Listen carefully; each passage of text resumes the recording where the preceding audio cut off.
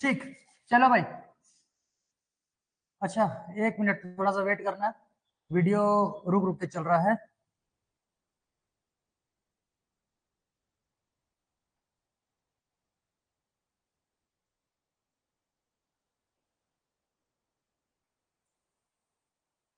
क्या ऑन करने के बाद थोड़ा सा एक आध मिनट ये स्टेबिलिटी को, सॉरी, स्टेबल होने के लिए थोड़ा सा टाइम लेता है, एक आध मिनट का। तो स्टार्ट होने के बाद एक दो मिनट थोड़ा सा वेट कर लिया करो। क्या इसी टाइम पे थोड़ा सा सिग्नल जो रहता है वो सारे के सारे आपस में चट होते रहते हैं। ठीक है, चलो आ गया।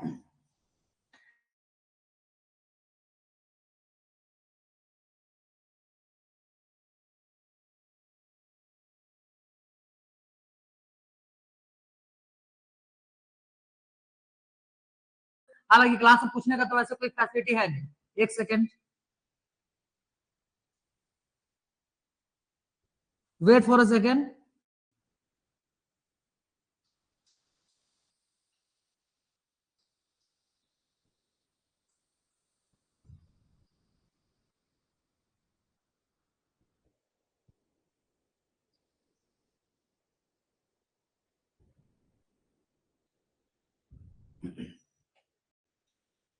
ठीक, गुड। चलो, तो अभी थोड़ा सा स्टेबल हो गया है। हाँ। हाँ, तो मैं ये बोल रहा था कि क्लास के टाइम पे तो कोई मैसेज कर नहीं पाओगे, ऐसा तो कोई फैसिलिटी है नहीं। और क्लास में पूछ पाना थोड़ा सा मुश्किल हो जाएगा। तो इस वजह से तुम मेरे को क्वेश्चन या तो पहले से भेज दो, तो ऑन द स्पॉट में तुमको या तो सॉल्व करके मैं तुमको भेज दूंगा। समझ में अगर नहीं आता है तो सेम क्वेश्चन मैं तुमको उसी क्लास में, क्लास के एंड में मैं तुमको उसको एक्सप्लेन कर दूंगा, ठीक है। तो ट्रिग्नोमेट्री और एप्लीकेशन ऑफ ट्रिग्नोमेट्री से रिलेटेड जितने ज्यादा क्वेश्चन प्रैक्टिस करोगे तुम्हारा उतना बढ़िया से उसमें से क्वेश्चन बनने वाला है, ठीक। और इसीलिए बोल रहा हूं मैक्सिमम उसमें क्वेश्चन सॉल्व करने का कोशिश करना, ठीक है। एक मिनट वेट करना थोड़ा।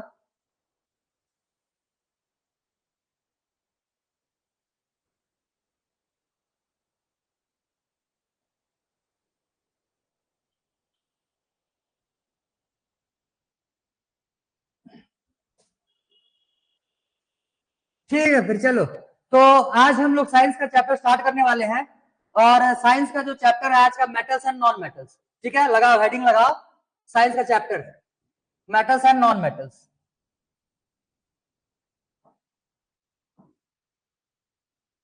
देखो,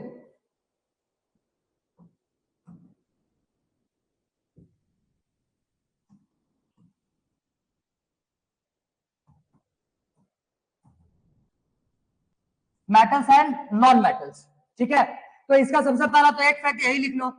पूरे हिस्ट्री की बात करेंगे तो सबसे पहला डिस्कवर किया जाने वाला जो मेटल था वो था कॉपर, ठीक है। हिस्ट्री में जो हंटर गैदरर्स के बाद फिर जो पैलियोलिथिक एज गया, फिर मेसोलिथिक एज गया, फिर नियोलिथिक का जब टाइम आ गया, उस टाइम पे सबसे पहला डिस्कवर किया हुआ था मेटल जो था कि कॉपर, ठीक है। तो इसमें लिखना पहला पॉइंट में, copper was the first metal to be discovered।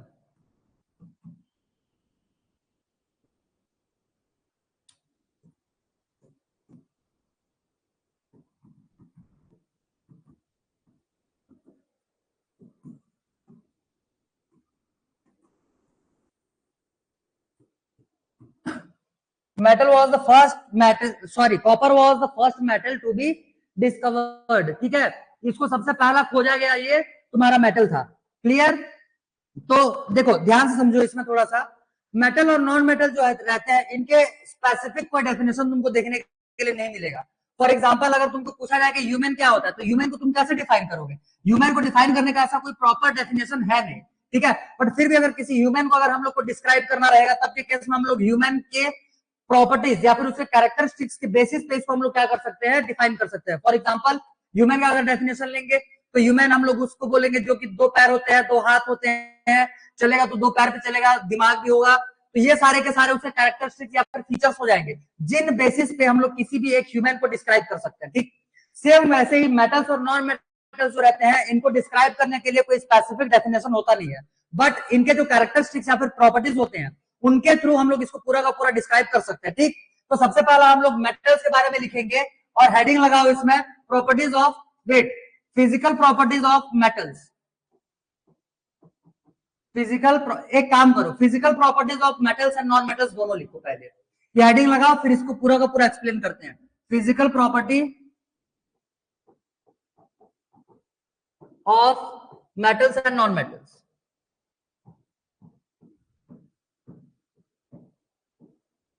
ठीक है, इतना नोट डाउन करो जल्दी, फिर यहां से हम लोग आगे चलेंगे और डायग्राम्स वगैरह से हम लोग स्टार्ट करेंगे, फिर इसको आगे बढ़ाना। Note it down fast. Done, clear. हाँ, और ये सेकंड ग्रुप वाले जो हो, तुम्हारे जो भी डाउट्स आएंगे, तुम क्या है, तुम्हारा एप्लीकेशन पे तो वैसे कोई ग्रुप बना नहीं है, तो तुम मुझे डायरेक्टली व्हाट्सएप पे सीधा मैसेज कर सकते हो जो भी तुम्हारा डाउट आएगा। क्लियर, ठीक। सेकंड ग्रुप बोलने का मतलब जिन लोगों का ग्रुप एप्लीकेशन पे नहीं है उनकी बात किया जा रहा है। ठीक, चलो तो स्टार्ट किया जाए मेटल्स एंड नॉन मेटल्स का थोड़ा सा आगे का डिस्क्रिप्शन। देखो हमारे पास पीरियोडिक टेबल, एक सेकंड ना, हमारे पास पीरियोडिक टेबल है। पीरियोडिक टेबल में हमारे पास टोटल जितने भी एलिमेंट्स होते हैं, ठीक, वो पूरा का पूरा तुमको पीरियोडिक टेबल में दिखाया गया है। तो पहले हम लोग देख लेते हैं कि हमारे पास टोटल 118 एलिमेंट्स होते हैं, जिनमें से कुछ कुछ होंगे तुम्हारे, जिनमें से तुम्हारे कुछ हो जाएंगे मेटल्स और कुछ हो जाएंगे नॉन मेटल्स। तो मेटल्स और नॉन मेटल से रिलेटेड भी तुमको क्वेश्चन पूछा जा सकता है कि which of the following is metal और which of the following is non metal. ठीक है, तो ये भी तुम्हारा एक इंपॉर्टेंट क्वेश्चन दिया जा सकता है। इसके लिए तुमको पहले से पता रहना चाहिए कि कौन कौन से एलिमेंट्स जो है वो मेटल के कैटेगरी में आते हैं और कौन कौन से एलिमेंट्स जो है वो नॉन मेटल के कैटेगरी में आते हैं। तो पहले हम लोग पीरियोडिक टेबल एक बार देख लेते हैं और इसके बाद फिर हम लोग उतरेंगे मेटल्स के प्रॉपर्टीज पे।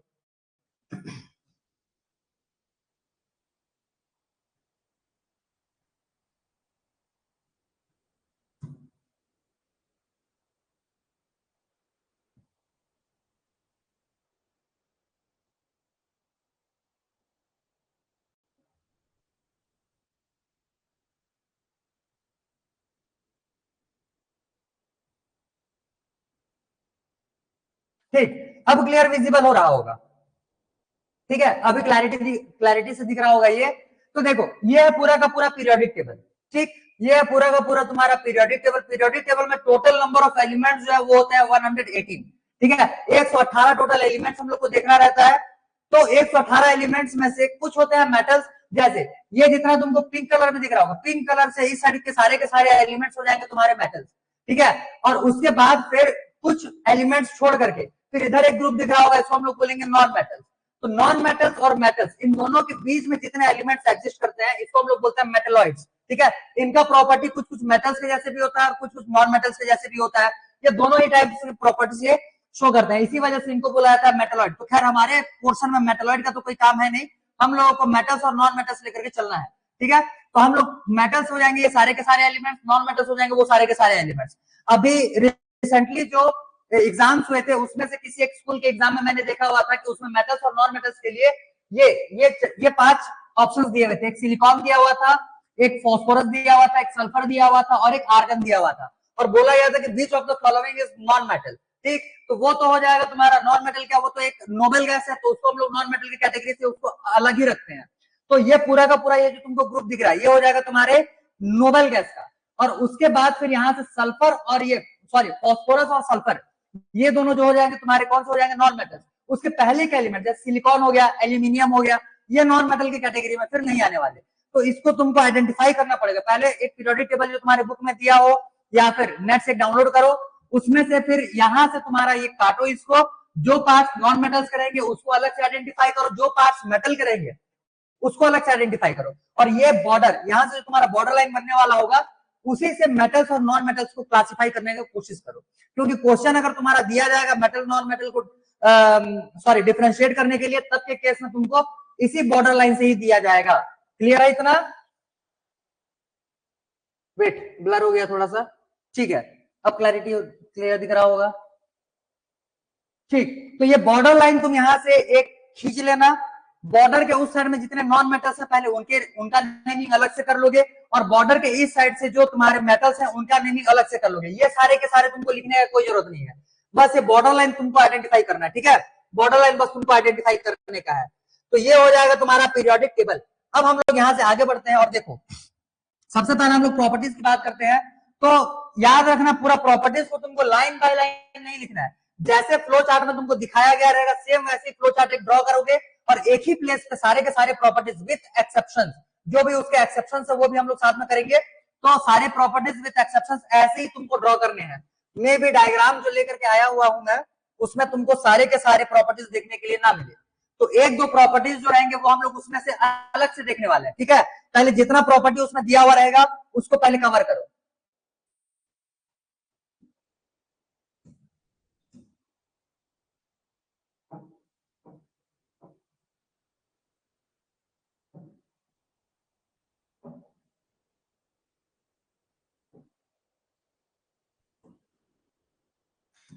तो ये हो जाएंगे मेटल से पहले properties, physical properties of metal. तो ये फ्लो चार्ट तुमको ये फ्लो डायग्राम बनाना है, ये फ्लो डायग्राम बनाना है, विजिबल है? हाँ विजिबल है। तो ये फ्लो डायग्राम पहले बनाओ जल्दी से, फिर इसमें कुछ कुछ और भी हम लोग को प्रॉपर्टीज ऐड करनी है, इसमें सारे प्रॉपर्टीज लिखे हुए नहीं है। ठीक है, मैं फिर एक बार बोल दे रहा हूं कि क्या क्या प्रॉपर्टीज इसमें दिए हुए हैं। एक तो है डक्टाइल, दूसरा है कंडक्टिविटी, तीसरा है सोनोरस, नेक्स्ट दिया हुआ है मेलिएबल, नेक्स्ट दिया हुआ है लस्टर, और उसके बाद अगला दिया हुआ है मैकेनिकल स्ट्रेंथ। इसके अलावा भी हम लोग दो तीन और इसके फिजिकल प्रॉपर्टीज देखेंगे। फॉर एग्जांपल जैसे एक आ जाएगा तुम्हारा कंडक्टिविटी, इलेक्ट्रिकल कंडक्टिविटी।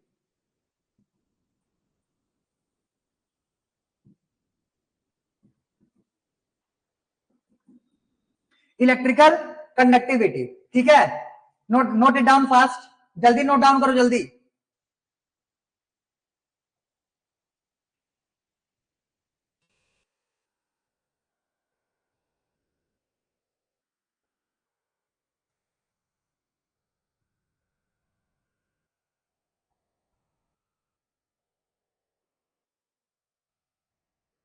लिखे? गुड, चलो दो पॉइंट्स और लिख लेना इसमें से। इलेक्ट्रिकल कंडक्टिविटी के बाद दो पॉइंट्स इसमें से और देख लेंगे हम लोग। एक आ जाएगा इसमें से थर्मल कंडक्टिविटी।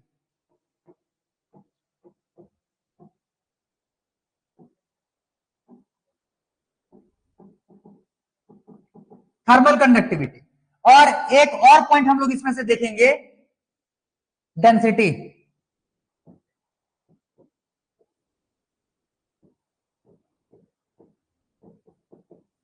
तो टोटल इतने फिजिकल प्रॉपर्टीज हम लोग को डिस्कस करने हैं। एक कितने हो गया ये, 1 2 3 4 5 6 7 8 9, टोटल 9 प्रॉपर्टीज है। जल्दी से जल्दी इसको लिखो, फिर एक एक करके एक्सप्लेन करना इसको स्टार्ट करते हैं। फिर नोट इट डाउन फास्ट, जल्दी जल्दी।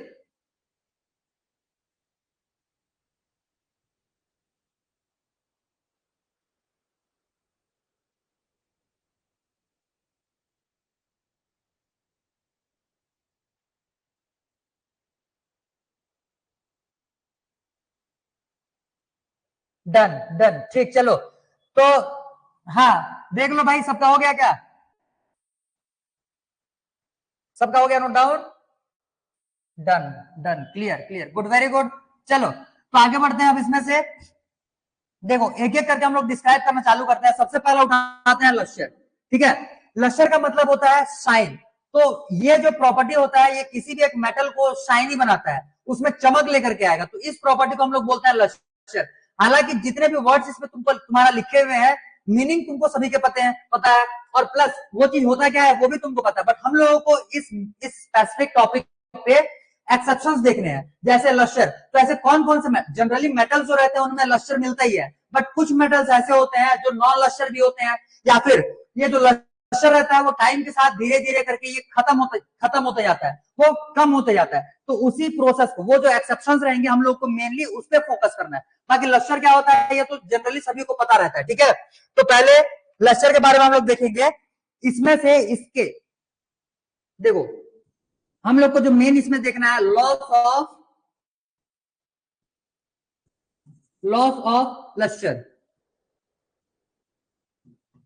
Loss of लश्यर। ठीक है, फर्स्ट नंबर, कुछ कुछ मेटल्स के बारे में हम लोग को देखना है जिनके ऊपर में जब उनको क्या किया जाता है, एयर हो या फिर मॉइस्ट हो, मॉइस्ट या फिर एयर के लिए जब उनको एक्सपोज कर दिया जाएगा, तब के केस में वो एनवायरमेंट के एयर मॉलिक्यूल्स और वाटर मॉलिक्यूल से रिएक्ट करके अपने ऊपर में एक डल टाइप का लेयर डिपोजिट कर लेते हैं, जिस वजह से उनका जो लश्यर होता है, उनका जो शाइनिंग होता है, उनका जो चमक होता है, वो धीरे धीरे करके कम होना चालू हो जाता है। ठीक है, तो ये कौन कौन से मेटल्स रहते हैं जो कि एनवायरमेंट के एयर या फिर वाटर मॉलिक्यूल से रिएक्ट करके कुछ एक कंपाउंड बनाएंगे और उसी कंपाउंड का डिपोजिशन उनके सरफेस के ऊपर में होना स्टार्ट हो जाएगा और due to deposition of that substance, समझ में, उनके सब्सटेंस के डिपोजिशन के वजह से पूरा का पूरा उनका जो लश्यर होता है वो पूरा का पूरा खत्म हो जाएगा। तो एक एक करके पॉइंट लिखना चालू करेंगे। सबसे पहले हम लोग इसमें एलिमेंट लेने वाले हैं एल्यूमिनियम का। एल्यूमिनियम का तो एल्यूमिनियम जो रहता है, एक सेकेंड, हाँ चलो यहीं पे लिखते हैं। एल्यूमिनियम जो रहता है ये एनवायरमेंट के ऑक्सीजन से रिएक्ट करेगा, reacts with oxygen plus water molecules या फिर मॉइस्ट प्लस एल्यूमिनियम। ठीक, aluminium plus moist plus oxygen, तो ये आपस में रिएक्ट करते हैं और रिएक्ट करके ये बनाएंगे Al2O3, Al2O3 एल्यूमिनियम ऑक्साइड। ये जो रहता है ये एल्यूमिनियम के सरफेस के ऊपर में चिपकना चालू हो जाएगा, जिसके वजह से एल्यूमिनियम का जो लश्यर होता है या फिर उसका जो शाइन होता है वो खत्म होना चालू होता है। ठीक है, तो ये है तुम्हारा इंप्यूरिटी, ये है तुम्हारा एल्यूमिनियम का इंप्यूरिटी, जो कि उसके ऊपर में एक लेयर बन करके पूरा का पूरा डिपॉजिट होने वाला है और वही उसके शाइनिंग को खत्म करने वाला है। जल्दी लिखो Al2O3, ये लाइन फटाक से लिखो जल्दी। एल्यूमिनियम का इंप्यूरिटी क्या है? Al2O3, aluminium oxide.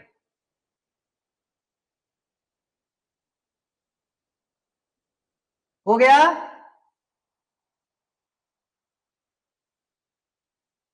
जल्दी लिखो भाई, जल्दी लिखो।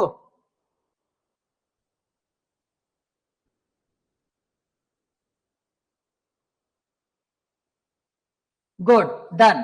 नेक्स्ट सेकंड नंबर हम लोग देखते हैं। एक सेकंड, मैं इसको बाजू में लिखते जाता हूं, तुम लोग नोट डाउन करते हुए इसको नीचे नीचे लिखते चलना। मैं इसको फाइनली फिर रब करूंगा और फिर नेक्स्ट पॉइंट पे चलूंगा। तो ये हो जाएगा तुम्हारा फर्स्ट। सेकंड नंबर देखो कॉपर के लिए। सेकंड नंबर हम लोग देखेंगे कॉपर के लिए। कॉपर के लिए तो देखो, कॉपर जो रहता है ये किससे रिएक्ट करेगा बोलने से, ये भी सेम वही reacts with moist and carbon dioxide, CO2 लिखना है इसको। ठीक है, ये मॉइस्ट मतलब कि वाटर मॉलिक्यूल्स और कार्बन डाइऑक्साइड से ही रिएक्ट करने वाला है और जो इंप्यूरिटी फॉर्म करेगा उसको हम लोग बोलते हैं basic copper carbonate. Basic copper carbonate, ये हो जाएगा इसका इंप्यूरिटी कॉपर का, जो कि उसके सरफेस के ऊपर में डिपॉजिट होने वाला है। ये हो जाएंगे इसके इंप्यूरिटीज। और कॉपर का जो ये बेसिक कॉपर कार्बोनेट लिखे हुए, इसका फॉर्मूला क्या होता है बोलने से, ये हो जाएगा CuOH ट्वाइस डॉट CuCO3। ये हो जाएगा बेसिक कॉपर कार्बोनेट। यही है इंप्यूरिटी जो कि कॉपर के ऊपर में एक लेयर के फॉर्म में डिपॉजिट होना चालू हो जाता है और कॉपर का जो लश्यर होता है, उसका जो शाइनिंग होता है, इसी कंपाउंड के वजह से वो कम होना स्टार्ट हो जाएगा। ठीक है, एल्यूमिनियम का याद रखोगे, एल्यूमिनियम का होता है एल्यूमिनियम ऑक्साइड और कॉपर का होता है copper basic copper carbonate. Basic copper carbonate. एक और का लिखेंगे, जल्दी लिखो इसको, फिर एक और का देखने वाले हैं। जल्दी जल्दी नोट डाउन करो। Done, good. थर्ड नंबर इस पे पॉइंट लगाओगे। इसमें हम लोग देखेंगे सिल्वर, Ag का। तो Ag क्या करता है, ये एनवायरमेंट में जब इसको एक्सपोज किया जाएगा तब ये एनवायरमेंट में प्रेजेंट सल्फर गैस से ये रिएक्ट करने वाला, सल्फर, तो रिएक्ट्स विद सल्फर। सल्फर से ये रिएक्ट करेगा और S सल्फर से रिएक्ट करके ये फॉर्म करने वाला होगा, ये Ag प्लस S लिख दिए, Ag2S, सॉरी AgS होता है, वेट।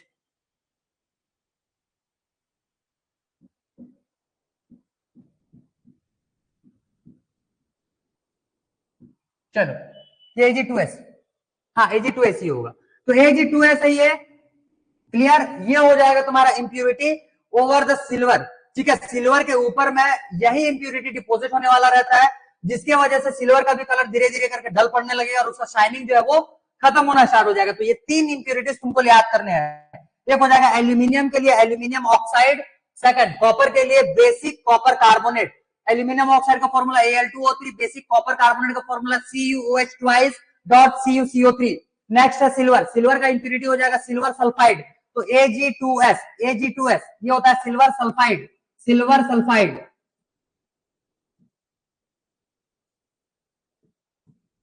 Silver sulphide. तो टोटल ये 3 इंप्यूरिटीज हम लोगों ने देख लिया जो कि मेटल के ऊपर में डिपॉजिट होकर के उसके शाइनिंग को पूरा का पूरा खत्म कर देते हैं, धीरे धीरे करके पूरा शाइनिंग उसका खत्म कर दिया जाता है। फाइनली फिर इन सारे मेटल्स का पूरा वॉशिंग करवाया जाता है। तो मेटल को वॉश करने के लिए हम लोग वो एसिड्स वगैरह का यूज करते हैं। आगे में देखेंगे कि एसिड से इसका रिएक्शन कराने के बाद इसका सफाई कैसे किया जाता है। ठीक है, तो अभी जो हमारे काम का था वो सिर्फ इतना ही था लस्टर को लेकर के। ये 3 पॉइंट्स नोट डाउन होने के बाद अब नेक्स्ट पॉइंट लिखेंगे। जल्दी इसको बताओ, नोट डाउन हो गया क्या? नोट डाउन कर लिए?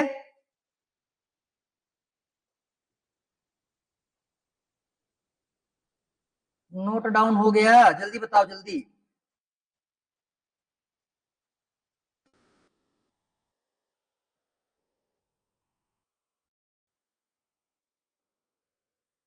Done done, good. चलो, तो इतना होने के बाद अब हम लोग इसमें से अगला देखते हैं।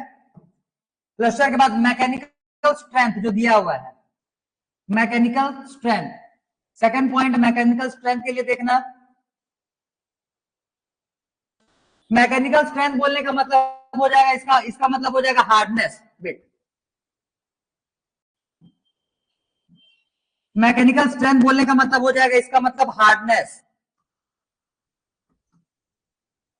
तो जनरली जो मेटल्स होते हैं वो तो हार्ड होते ही हैं, बट कुछ कुछ मेटल्स जो रहते हैं वो सॉफ्ट हो जाएंगे। फॉर एग्जांपल सोडियम, सोडियम जो रहता है वो इतना सॉफ्ट होता है कि अगर उसको नाइफ से कट करने की कोशिश करोगे तो वो आराम से कट डाउन हो जाएगा उसमें, समझ में? जैसे मान लो मैं एक ये मान लो सोडियम का बना हुआ रहता, तब मैं उसको ऐसे ही तोड़ लेता, या फिर अगर नाइफ से इसको कट करता तो ये 2 पार्ट्स में आराम से सेपरेट हो जाता, आराम से कट हो जाता। ठीक है, तो इसका हार्डनेस, मेटल्स में जनरली हार्डनेस होते हैं, but exceptions, exceptions of hardness of metal, exception लिखेंगे इसका हार्डनेस के लिए। एग्जांपल नहीं है, नहीं एक्सेप्शन है, एक्सेप्शन फॉर हार्डनेस। क्या आ जाएगा? पहला नंबर इसमें से आ जाएगा सोडियम, और सेकंड नंबर इसमें लिख लेना मर्क्यूरी। मर्क्यूरी, मर्क्यूरी जो रहता है ये लिक्विड स्टेट में मिलेगा। ठीक है, मर्क्यूरी जो रहेगा ये लिक्विड स्टेट में मिलेगा। तो जाहिर सी बात है अगर लिक्विड स्टेट में कोई सा भी एक एलिमेंट अगर तुमको मिल रहा होगा तो उसमें हार्डनेस तो होगा ही नहीं। क्लियर? तो मर्क्यूरी जो रहता है वो सॉफ्ट मेटल हो जाएगा, और साथ ही साथ सोडियम जो है वो भी एक तुम्हारा सॉफ्ट मेटल हो जाएगा। बट मर्क्यूरी लिक्विड फॉर्म में मिलता है और सोडियम मेटल जो है ये तुम्हारे सॉलिड फॉर्म में तुमको देखने के लिए मिलेगा। क्लियर? तो ये 2 एक्सेप्शन इसके लिए लिखो जल्दी। हार्डनेस में एक हो जाएगा सोडियम और दूसरा हो जाएगा mercury. Note it down fast.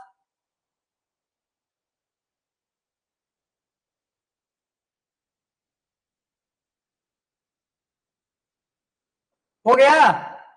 चलो, अब नेक्स्ट हम लोग देखेंगे मेलिएबिलिटी। तो मेलिएबल हम लोग किसको बोलते हैं? जब मान लेते हैं ये जो स्टाइलस तुमको दिख रहा होगा ये किसी एक मेटल का बना हुआ है, तो मेलिएबल का मतलब होता है इसको हथौड़े से ठोक ठोक करके इसको पूरा का पूरा एक थिन शीट बनाना। ठीक, तो थिन शीट बनाने के प्रोसेस को हम लोग बोलते हैं malleable.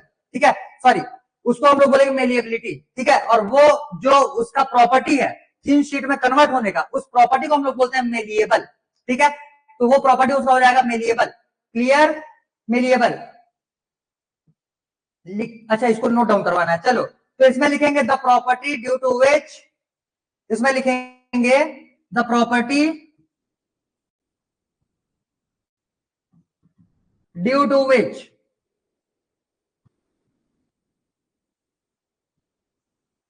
a substance can be beaten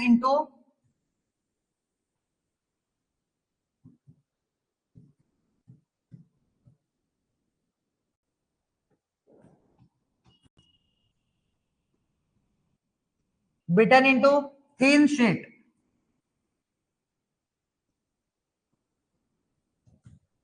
The property due to which a substance can be beaten into thin sheet. तो thin sheet में किसी भी एक सब्सटेंस को चेंज या कन्वर्ट करने का जो प्रोसेस रहेगा उसी को हम लोग उसका मेलिएबिलिटी बोलते हैं, उसी प्रॉपर्टी को हम लोग उस सब्सटेंस का मेलिएबिलिटी प्रॉपर्टी बोलते हैं, मेलिएबिलिटी बोलते हैं। क्लियर? नोट करो इसको जल्दी। The property due to which a substance can be beaten into thin sheet. अच्छा ये बीटेन प्रॉपरली नहीं दिख रहा है, वेट मैं इसको ठीक कर लेता हूं।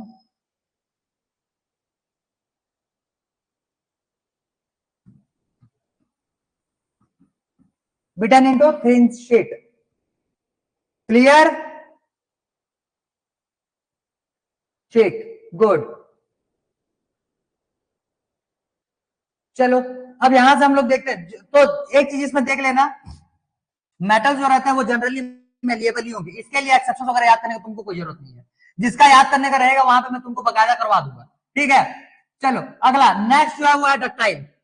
अगला देखेंगे हम लोग डक्टाइल, तो इसमें लिखना the property due to which, the property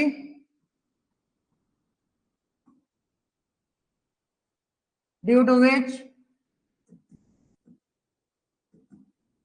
a substance can converted into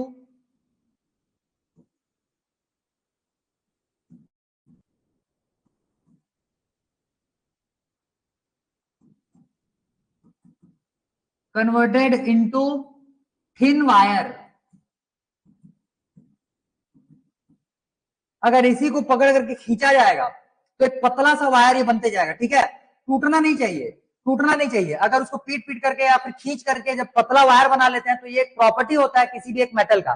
इसका मतलब इतना बड़ा अगर लोहा लिया जाएगा और दोनों तरफ से अगर उसको खींचा जाएगा फुल फोर्स के साथ में जितना उसको लगना चाहिए, अब हाथ से तो करेंगे नहीं, उसके लिए हाइड्रोलिक मशीन का रिक्वायरमेंट होगा, तो हाइड्रोलिक मशीन में इसको पूरा का पूरा अगर खींचा जाता है तो वो टूटेगा नहीं बीच से, वो खिंचाते जाएगा और एक पतला सा वायर बन जाएगा उसमें से। तो ये होता है डक्टिलिटी का प्रॉपर्टी। तो मेलिएबिलिटी का समझ में, मेलिएबिलिटी एक दिमाग में बिठा लो और दूसरा डक्टिलिटी एक दिमाग में बिठा लो। मेलिएबल का मतलब होता है थीन शीट बनाना और डक्टाइल का मतलब होता है थीन wire banana. Clear, note it down fast, जल्दी नोट डाउन करो। इन दोनों प्रॉपर्टीज के लिए तुमको कोई सा उसमें एक्सेप्शन बताने का कोई जरूरत नहीं है, मेलिएबिलिटी और डक्टिलिटी के लिए। जल्दी करो जल्दी।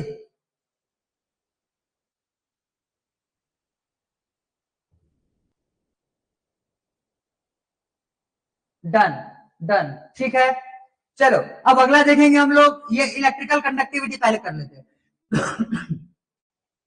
तो इलेक्ट्रिकल कंडक्टिविटी बोलने का मतलब ये है कि मेटल जो रहते हैं वो अपने से इलेक्ट्रिसिटी को पास होने देंगे या फिर नहीं देंगे। तो जनरली जो मेटल्स होते हैं ये इलेक्ट्रिसिटी के गुड कंडक्टर्स होते हैं, बट इसके एक्सेप्शन तुमको लिखने हैं, ठीक है।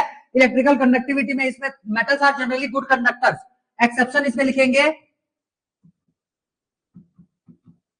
Mercury is poor conductor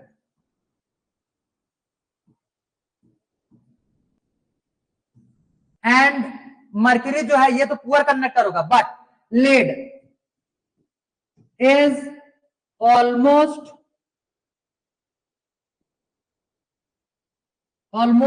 behave as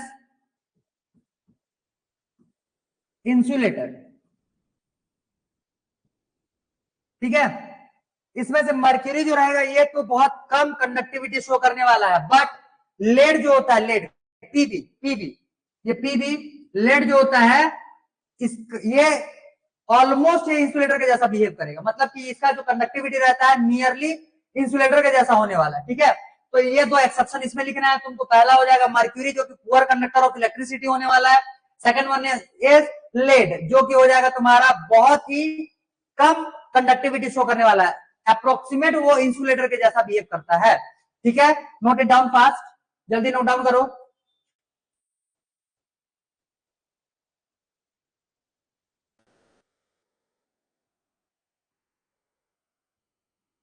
ठीक, डन, गुड। लास्ट बचा हुआ है सोनोरस। तो सोनोरस का मतलब होता है प्रोड्यूसिंग साउंड, साउंड प्रोड्यूसिंग। तो मेटल्स आर साउंड प्रोड्यूसिंग,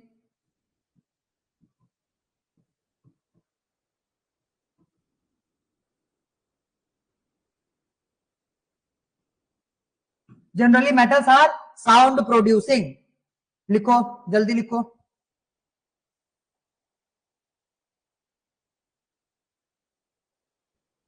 फटाफट हाथ चलाओ, जल्दी जल्दी लिखना स्टार्ट करो।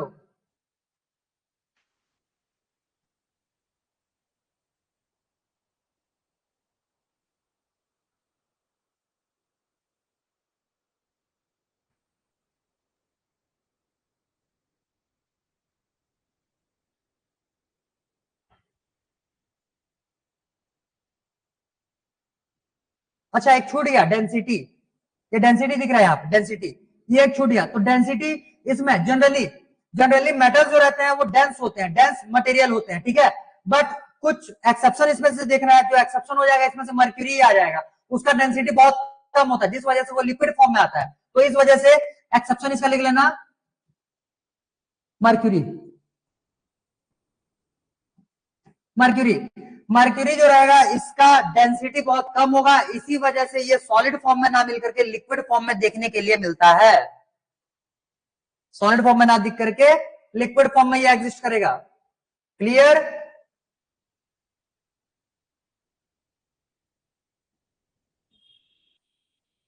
Done done good. चलो तो लगभग सभी का हो चुका है, नोट डाउन हो चुका है। जिसका नहीं भी हुआ रहेगा टाइम नोट कर लो, रिवाइंड करके जब क्लास खत्म हो जाएगा रिवाइंड करके इसी पोजीशन पे पॉज कर लेना इसको और फिर नोट डाउन कर लेना। हम लोग अब यहां से आगे बढ़ते हैं और ये हो जाएगा तुम्हारा पूरा का पूरा प्रॉपर्टीज ऑफ मेटल्स, ठीक है। अब इन्हीं बेसिस पे इन्हीं बेसिस पे हम लोग नॉन मेटल्स को भी डिफाइन करेंगे। तो सॉरी, नॉन मेटल्स की भी प्रॉपर्टीज लिखने वाले हैं, बट नॉन मेटल्स में हम लोग को थोड़ा सा कम देखना है, उसके मेनली तुमको देखना है एक्सेप्शन। तो अगला हेडिंग लगाओ, नॉन मेटल्स के physical properties of non metals.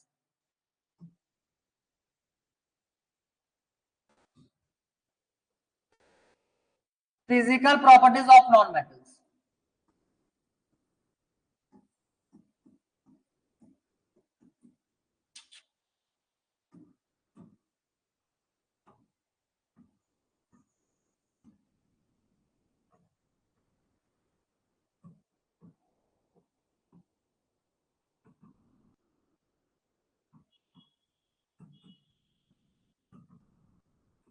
Physical properties of non metals, तो ये मेटल्स की जगह पे इसको नॉन मेटल्स करो और बाकी एज इट इज पूरा का पूरा फ्लो चार्ट वैसे ही बना लो, क्योंकि इन्हीं सारे बेसिस पे हम लोग इसको इसके प्रॉपर्टीज लिखने वाले हैं। तो सेम वही फ्लो डायग्राम रहेगा तुम्हारा, बट इसके एग्जांपल एक्सेप्शंस वगैरह जो रहेंगे वो तुम्हारे चेंज हो जाएंगे।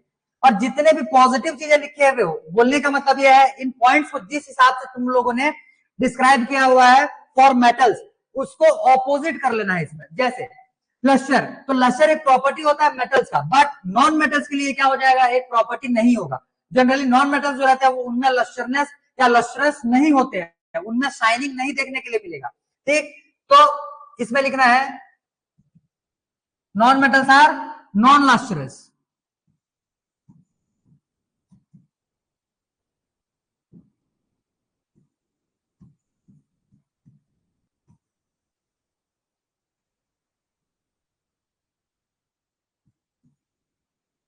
नॉन लश्चरस, बट एक्सेप्शन इसमें आ जाएगा, एक्सेप्शन एक्सेप्शन में इसमें आ जाएगा डायमंड। डायमंड जो रहता है ये कार्बन का एक फॉर्म होता है, और कार्बन का ये फॉर्म होने की वजह से ये नॉन मेटेलिक तो होगा, नॉन मेटल होता है, लेकिन फिर भी इसमें शाइनिंग देखने के लिए मिलता है। तो इसका एक्सेप्शन हो जाएगा तुम्हारा डायमंड। डायमंड नॉन मेटल होते हुए भी उसमें लस्टर या फिर शाइनिंग देखने के लिए मिलने वाला है, तो इसके एक्सेप्शन में लिखो ये नॉन मेटल में पहला एक्सेप्शन लस्टर आ जाएगा इसमें से diamond.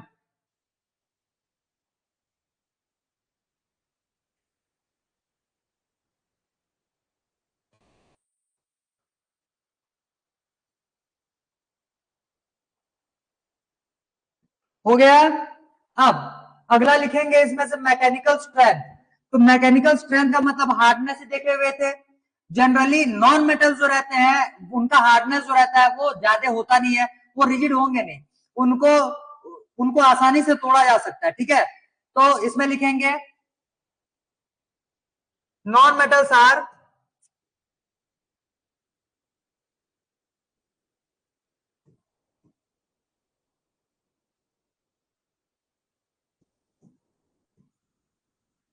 Not hard as much of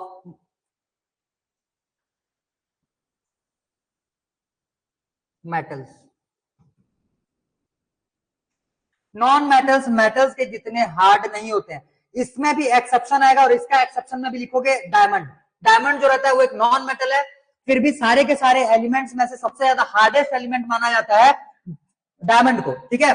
तो डायमंड एक नॉन मेटल होते हुए भी इसमें दो प्रॉपर्टीज मेटल से जैसे देखने के लिए मिल गया।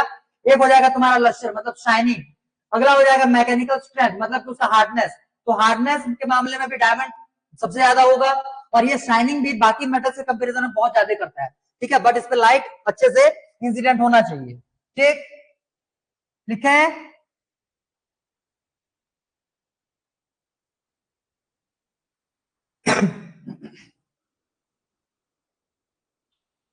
अगला मैलिएबल में सीधा सीधा लिख दो, नॉन मैलिएबल, और डक्टाइल में भी सीधा लिख दो इसमें से non ductile.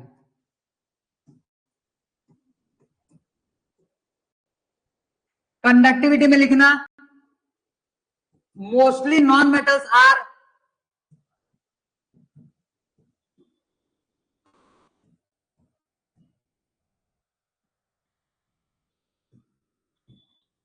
metals are insulator or poor conductor of electricity.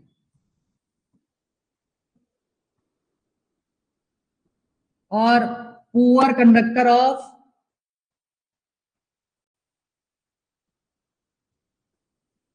electricity.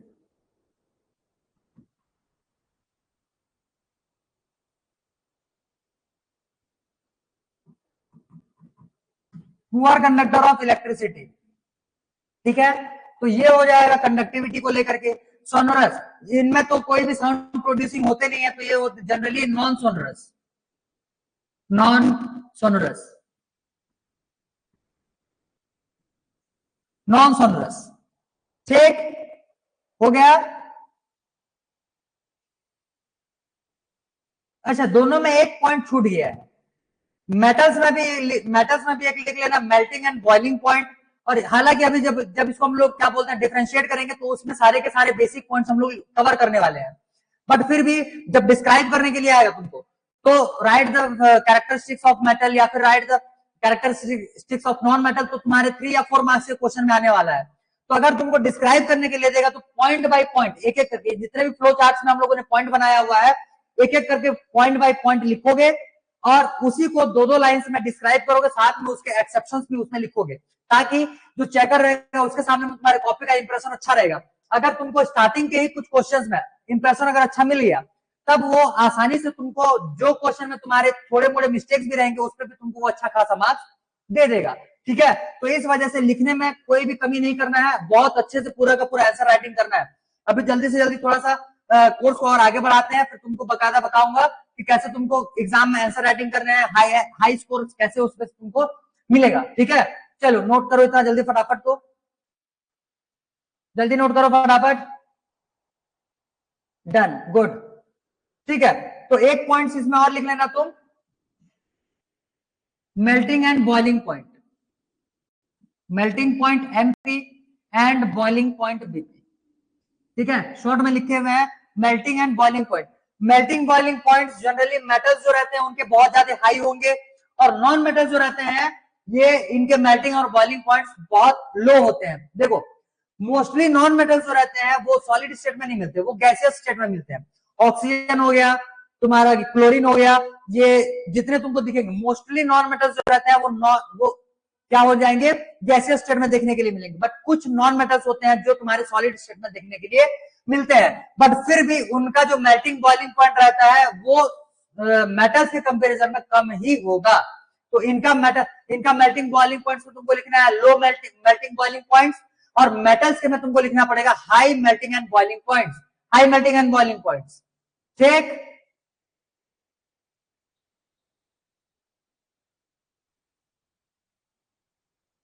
हाँ, मेल्टिंग बॉइलिंग पॉइंट्स हो गया, चलो।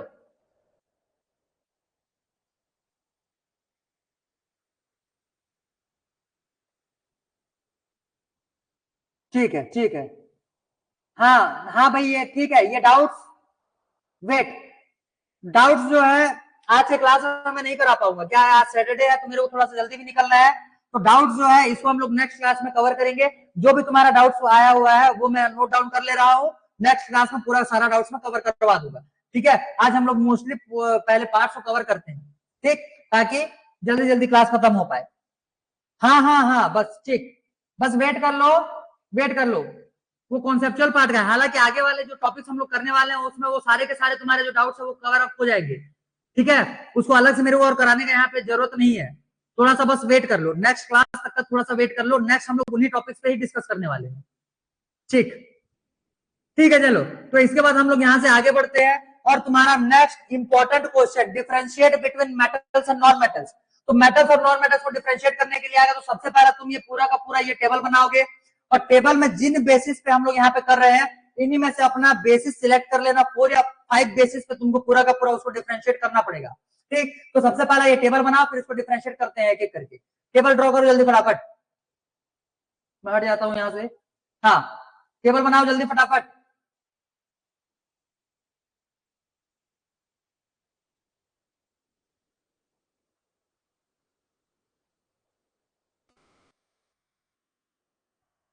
जल्दी जल्दी टेबल बनाओ, और जितनों से डिफरेंशिएशन हो पा रहा है उसको डिफरेंशिएट करने की कोशिश करो। जिन जिन बेसिस पे या जिन जिन प्रॉपर्टीज के बेसिस पे मेटल्स और नॉन मेटल्स को क्लासिफाई करने के लिए बोला गया है, प्रॉपर्टीज उसके बाजू में ही लिखा हुआ है। फिर जब मैं लिखूंगा तो उसको अपने अपने प्रॉपर्टीज जो लिखे हुए रहोगे उससे मैच करते हुए चलना।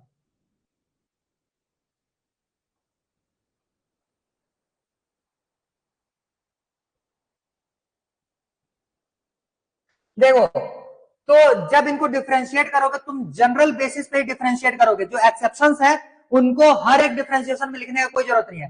डिस्क्रिप्टिव क्वेश्चन आता है तो उसको डिस्क्राइब करते के टाइम पे उसके एक्सेप्शन लिखोगे तो वो ठीक रहता है। बट अगर उसको तुम प्रॉपर्टीज लिख रहे हो, सॉरी डिफरेंशिएशन लिख रहे हो, डिफरेंशिएट कर रहे हो अलग अलग पॉइंट्स के बेसिस पे, तो हर एक पॉइंट पे तुमको उसके क्या बोलना चाहिए, एक्सेप्शन लिखने का कोई जरूरत नहीं है।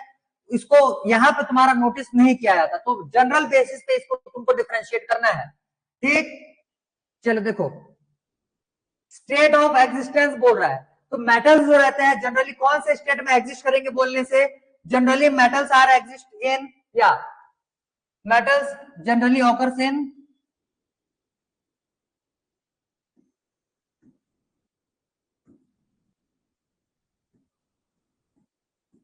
वेट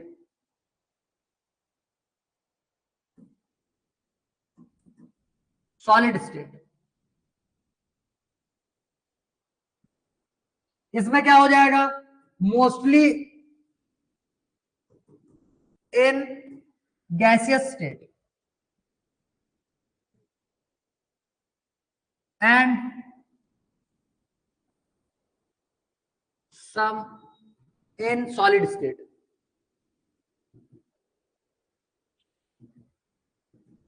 ठीक। सबने फ्यू लिखो, फ्यू।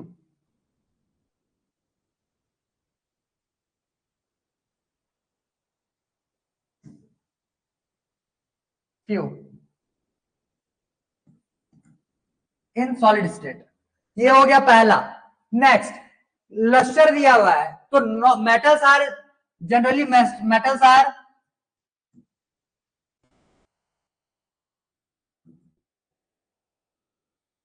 लस्टरस,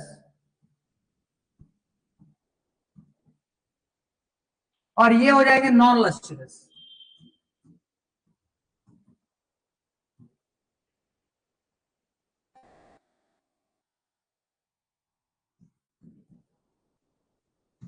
नॉन लस्टरस, ठीक है। हाँ ठीक, good.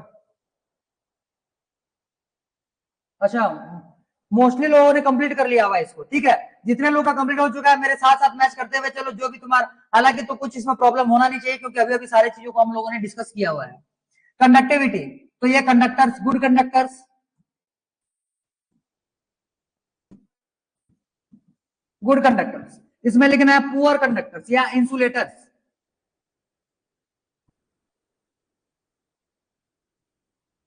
Poor conductors and insulators, ठीक है। डेंसिटी, ये हो जाएंगे डेंस, ठीक है। और इसमें हो जाएगा लेस डेंसर, कम डेंस होंगे, ठीक है, लेस डेंसर। ये डेंस हो जाएंगे, ये लेस डेंसर हो जाएगा। नेक्स्ट दिया हुआ है हार्डनेस, तो हार्डनेस में ये क्या हो जाएगा, हार्ड मटेरियल,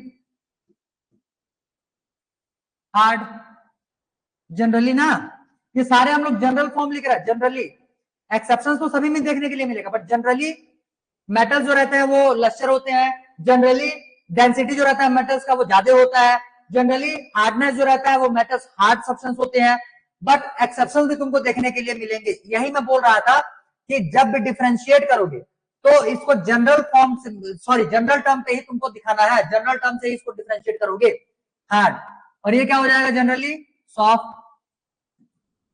नेक्स्ट सोनोरोसिटी, तो ये होते हैं सोनोरस, और ये हो जाएंगे non sonorous.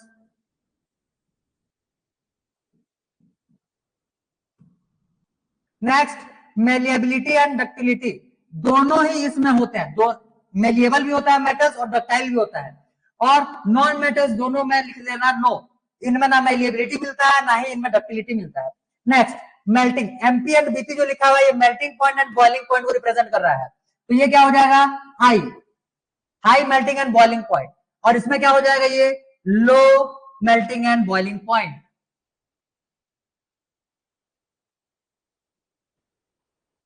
Low melting and boiling point, जल्दी करो जल्दी।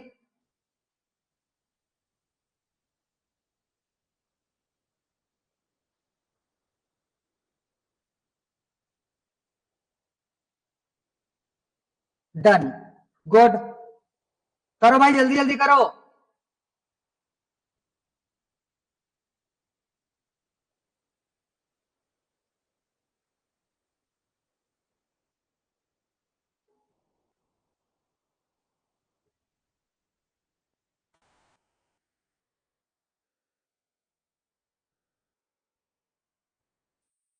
Done done done, good, very good.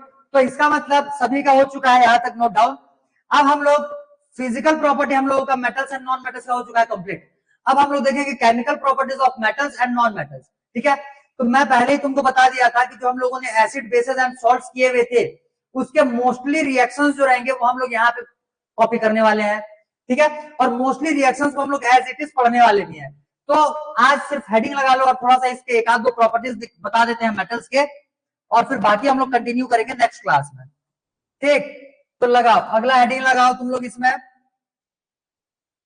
Next heading chemical properties of metals.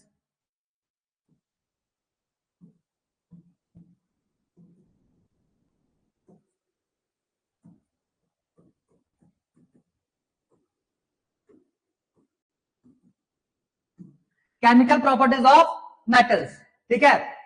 तो देखो मेटल्स जो हम लोग देखे हुए थे वो पीरियोडिक टेबल के इस साइड के सारे एलिमेंट्स आ रहे थे।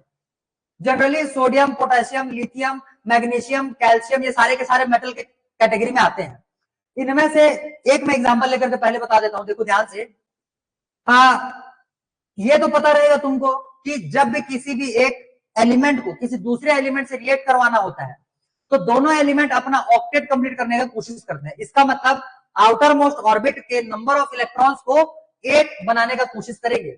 यहाँ पे मैं एक एग्जांपल में सोडियम लेकर के चलते हैं। सोडियम का एटॉमिक स्ट्रक्चर अगर देखते हैं तो ये आ गया सोडियम।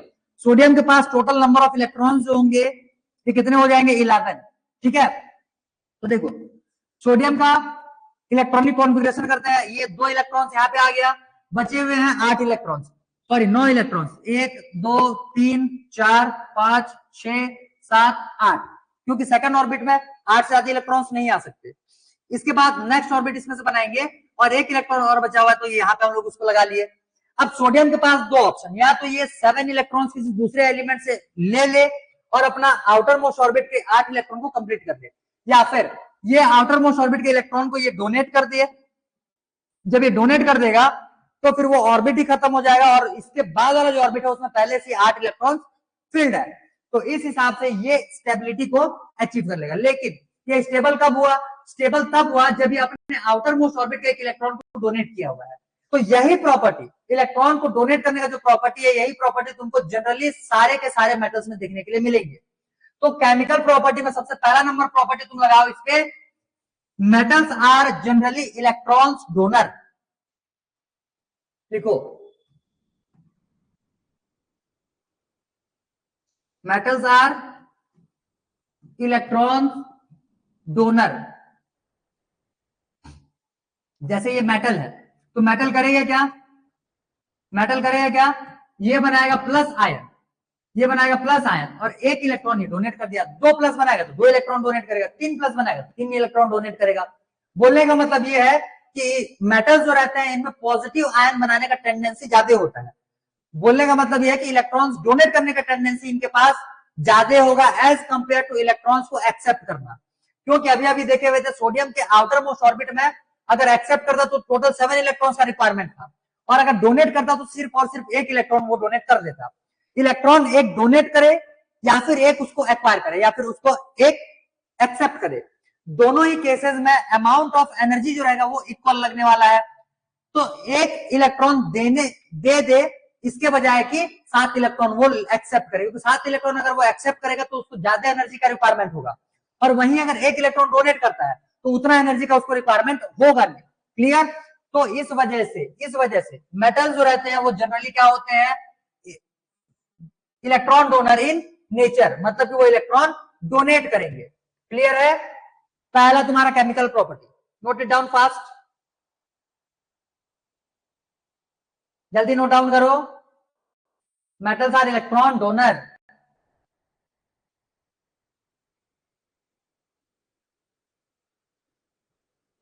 ठीक है? एग्जाम्पल अगर लिखना चाहो तो इसमें एग्जाम्पल्स भी लिख सकते हो। जैसे अभी अभी मैं बताया हुआ था calcium, magnesium, lithium, sodium, potassium, ये सारे के सारे मेटल के कैटेगरी में आते हैं। तो जैसे लिथियम ले लिए, लिथियम करेगा क्या, लिथियम प्लस आयन बनाएगा एक इलेक्ट्रॉन डोनेट करके। मैग्नीशियम जैसे ले लिए तो मैग्नीशियम करेगा क्या, मैग्नीशियम दो प्लस आयन बनाएगा दो इलेक्ट्रॉन्स डोनेट करेंगे। ठीक? तो इस हिसाब से जितने इलेक्ट्रॉन्स डोनेट करेंगे उतना पॉजिटिव आयन ये बनाने वाले हैं। तो ये हो जाएगा तुम्हारा पहला chemical properties for the metals. Clear? Good, done. ठीक है, चलो तो आज हम लोग यहीं पे थोड़ा सा इसको खत्म करते हैं। आज सेशन एंड किया जाता है। कल तुम्हारा क्लास रहेगा, टाइमिंग अपडेट कर दिया जाएगा, कल अटेंड करना है। और ये जो पूरे के पूरे प्रॉपर्टीज है, कल हम लोग इसको मेटल्स और नॉन मेटल्स के केमिकल प्रॉपर्टीज कल कंप्लीट करेंगे। उसके लिए हम लोग अलग अब जो अगले जो प्रॉपर्टीज है उनमें हम लोग को पूरे के पूरे रिएक्शंस लिखने हैं। इसी वजह से यहां तक का रिएक्शन था नहीं, इसी वजह से आज मैं यहां तक खत्म कर दिया। अब कल की क्लास से एक बार रिविजन करके आओगे एसिड्स, बेसेस एंड सॉल्ट्स को, क्योंकि उसके जो इक्वेशंस लिखे हुए थे, जितना इक्वेशंस मैंने तुमको उसमें बताया हुआ था, उनमें से मोस्टली इक्वेशंस को हम लोग इसी पे फिर कॉपी करने वाले हैं। तो बिना रिवीजन किए कल का क्लास अटेंड मत करना, पहले ही बता रहा हूं। रिवीजन अगर नहीं करोगे तो कल का क्लास अटेंड मत करना। उसको फिर कब अटेंड करना, जब प्रीवियस चैप्टर रिवीजन करके आओ। ठीक है? ठीक है, फिर चलो तो आज का सेशन यहीं पे एंड करते हैं, और कल के लिए पूरा रिवीजन करके आना है तुमको।